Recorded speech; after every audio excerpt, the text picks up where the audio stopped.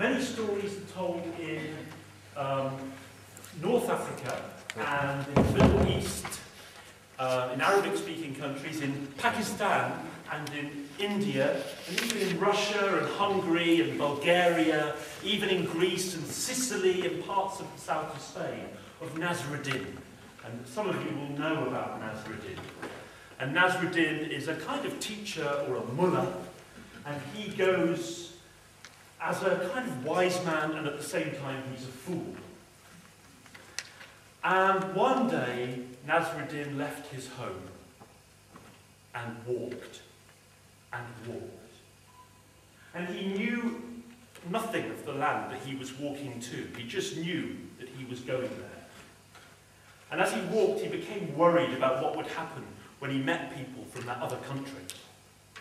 And he saw some strangers in the distance coming towards him. And as he got closer and closer to those strangers, Nasrudin started to get anxious. What would they say to him? Would they be rude to him? Would they insult him? Would they strike him, beat him? Perhaps they would even murder him. And so afraid was he that he climbed over the nearest wall and found himself in a place of death, in a graveyard. And he looked around the graveyard for somewhere that he could hide. And in the corner of the graveyard there was a freshly dug, empty grave. And Nasrudin went to that empty grave and he climbed down into the empty grave and he hid there, shaking. Now the strangers coming in the opposite direction saw this rather strange behaviour. And when they got to the wall, they too stopped. And they climbed over the wall because they wanted to know why this man had climbed over the wall. And they found themselves in that graveyard, that place of death. And they looked around and they couldn't see him, but then they noticed in the corner a freshly dug grave. And they went over to that place and they looked down, and sure enough, hiding at the bottom of the grave was Nasrudin. He was shaking with fear. And they looked down and they smiled.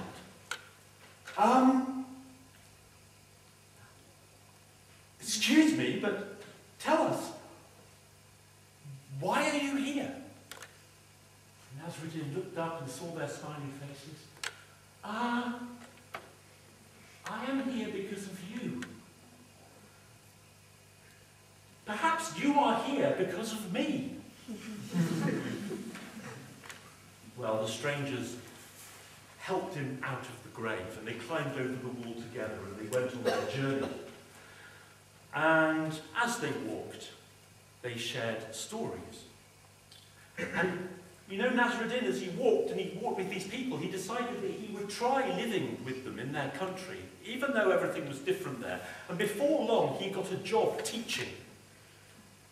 But he was different from any teacher that had worked in that place before.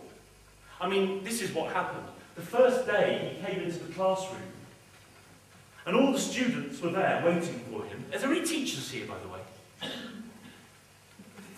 Only 3 people that will admit to being a teacher. How many teachers are there in the room? Come on. Well, not as many as I expected. So he came into the classroom. How many students are there? Ah, right, okay. The students will understand this story. The teachers might have a bit of difficulty with it. He came into the classroom and he said, "Do you know what you're going to learn today?" And the students looked at this new teacher and they said, "No." And Nasrudin walked to the door and said, "Well, if you don't know what you're going to learn today, why am I here?" And he left. The students were really confused. The next day, at the appointed hour, they were waiting in the classroom. And Nasrudin came through the door, stood at the front of the class, and he said, "Do you know what you're going to learn today?" The students were ready this time, and they said, "Yes." And Nasrudin, he walked to the door and he said, "Well, if you know what you're going to learn today, why am I here?" And he left.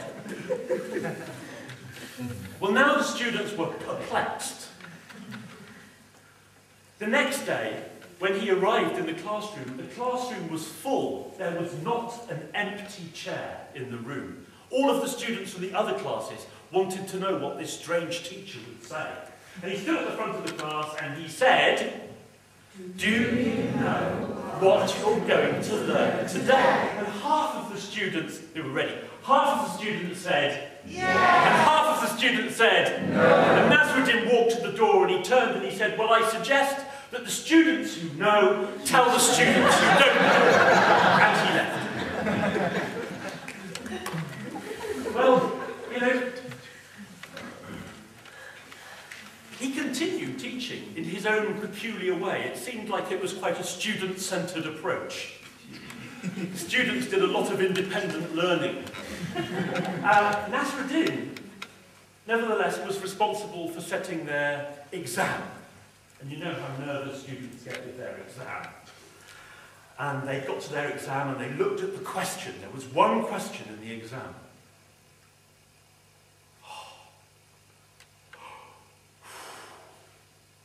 And they all went to Nasrudin and they said, "Teacher, this question, it's too difficult." And Nasrudin said, what do you mean? Let me see. And he looked at the question and he began to cry. And he began to laugh. He began to cry and began to laugh. And they said, "Teacher, why are you crying?" He said, "I'm crying because I've been teaching you all this time. And you cannot answer the question." And then he started to laugh again. And they said, "Teacher, why are you laughing?" And he said, "Well, I'm laughing because I can't answer this question either."